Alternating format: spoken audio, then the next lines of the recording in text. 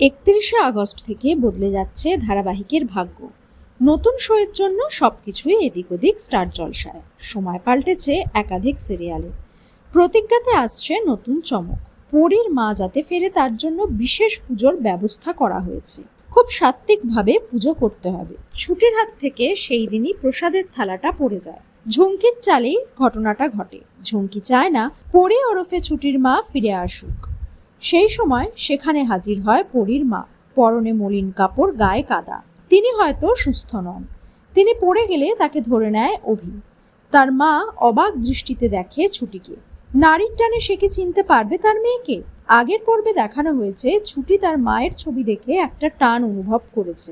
চোখ মুখও থমথমে হয়ে গেছিল। তার মানসিক অবস্থা সে অভিমন্যুকেও ব্যক্ত করে। ছুটি কি আবার ফিরে পাবে তার পরিবারকে?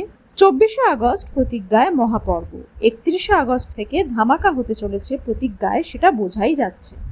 31শে আগস্ট থেকে প্রতিদিন 9:30 থেকে রাত 10:30 অবধি চলবে বিগ বস। শোনা গেছিল বিগ বসের জন্য নাকি শেষ হবে 2টি সিরিয়াল, ঘূর্ণি এবং কম্পাস।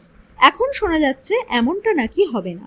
ঘূর্ণির সময় পরিবর্তন করা হতে পারে। এই মুহূর্তে শেষ হওয়ার সম্ভাবনা নেই। শেষ হবে কম্পাস। আগামী সপ্তাহেই শেষ শুটিং। 29শে আগস্ট শেষ সম্প্রচার।